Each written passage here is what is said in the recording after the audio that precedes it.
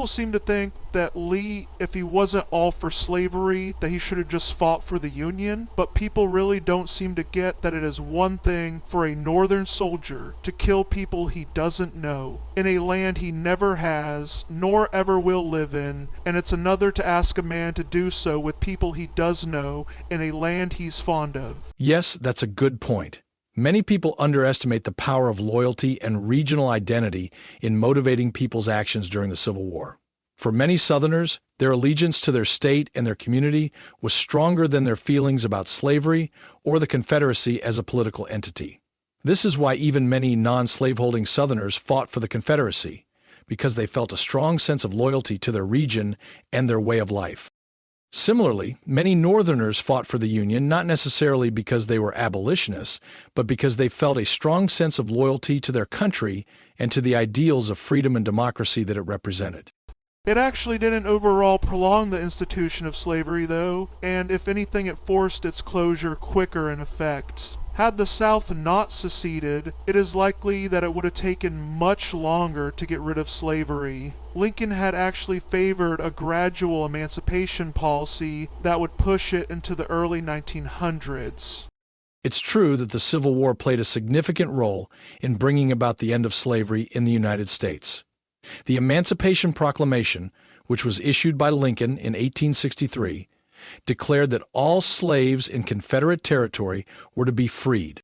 However, it's important to note that the proclamation did not apply to the border states that remained in the Union and continued to allow slavery, and it wasn't until the passage of the 13th Amendment to the Constitution in 1865 that slavery was officially abolished throughout the country.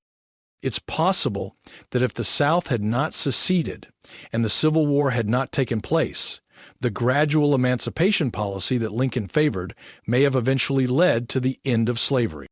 However, it's also possible that slavery would have continued for many more years as it was deeply entrenched in the Southern economy and culture. The Civil War, while a costly and tragic event, ultimately helped to bring about the end of slavery more quickly than might have otherwise been possible. That is often a paradox that historians wrestle with. How could Confederates secede over slavery, know that there would be opposition from people in power, plus the non-zero possibility of it being forcibly ended if they lost, and still decide to do it? Wouldn't it be smarter to just grit your teeth and take the punishment?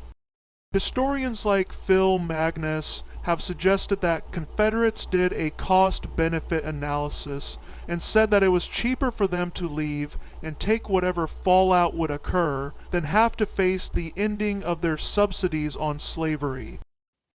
That's an interesting perspective, and it's certainly possible that economic factors played a role in the Confederacy's decision to secede. It's worth noting, however, that the issue of slavery was deeply intertwined with economic concerns, particularly in the South, where slavery was a cornerstone of the region's economy. The South had become increasingly dependent on slavery over the years, and many Southerners believed that their entire way of life was at stake if slavery were to be abolished. Additionally, the issue of state sovereignty and the right of states to determine their own laws and policies was also a significant factor in the decision to secede. So while economic considerations may have played a role in the Confederacy's decision to secede, it's likely that the issue of slavery was a more pressing concern for many Southerners. Yes, You could say that is a bit of a paradox, though. it is definitely a paradox that many historians have grappled with. On the one hand, secession was a huge risk for the Confederate States, as it involved breaking away from the established political order and potentially facing military conflict with the Union. On the other hand, the Confederate States were deeply invested in the institution of slavery and saw it as essential to their economic and social systems. Many Confederates believed that they would not be able to maintain their way of life if they remained part of the Union and allowed the federal government to regulate or abolish slavery. So, while secession was a risky move, many Confederates saw it as the only way to protect their interests and preserve the institution of slavery. Also, when Sumter was fired on, there was only 7 slave states that had seceded. It wasn't until Lincoln ordered troops to put down the rebellion that more states left. Yes, that's correct. When Confederate forces fired on Fort Sumter on April 12, 1861, only 7 slave states had seceded from the Union and formed the Confederacy. The other 8 slave states, including Virginia, North Carolina, Tennessee, and Arkansas, had not yet seceded. However, Lincoln's call for troops to suppress the rebellion caused these states to reconsider their position and eventually join the Confederacy.